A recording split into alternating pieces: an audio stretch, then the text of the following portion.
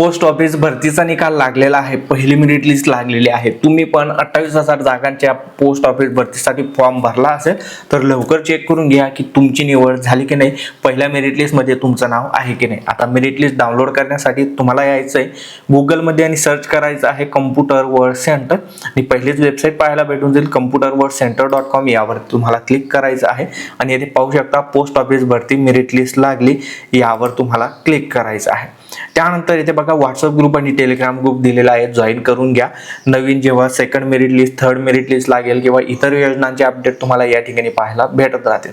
आता खाली यायचं आहे आणि या ठिकाणी डायरेक्ट मेरिट लिस्ट डाउनलोड करण्यासाठी पण ऑप्शन आहे। तुम्हाला वेबसाईट वरून डाउनलोड करायची असेल ते सुद्धा तुम्ही करू शकता।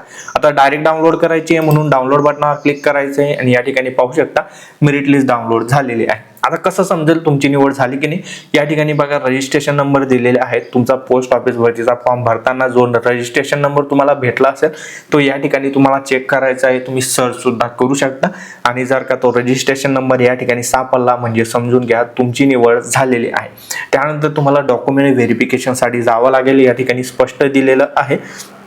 तर येथे पाहू शकता 23 मार्च 2026 पर्यंत तुम्हाला डॉक्युमेंट व्हेरिफिकेशन साठी जायचं आहे। सोबत काय घेऊन जायचं आहे, ओरिजिनल डॉक्युमेंट आणि त्याचे 2 झेरॉक्सचे सेट तुम्हाला घेऊन जायचे आहेत। कुठं जावं लागेल तर या ठिकाणी बघा डिव्हिजन ऑफिस दिलेलं आहे। तुमच्या रजिस्ट्रेशन नंबरच्या लाईनीत तुम्हाला डिव्हिजन आणि ऑफिस चेक करायचं आहे आणि त्या ठिकाणी तुम्हाला तुमचं डॉक्युमेंट व्हेरिफिकेशन साठी जायचं आहे। मेरिट लिस्ट मध्ये नाव नसेल तर तुमचा रजिस्ट्रेशन नंबर या ठिकाणी दिसणार नाही।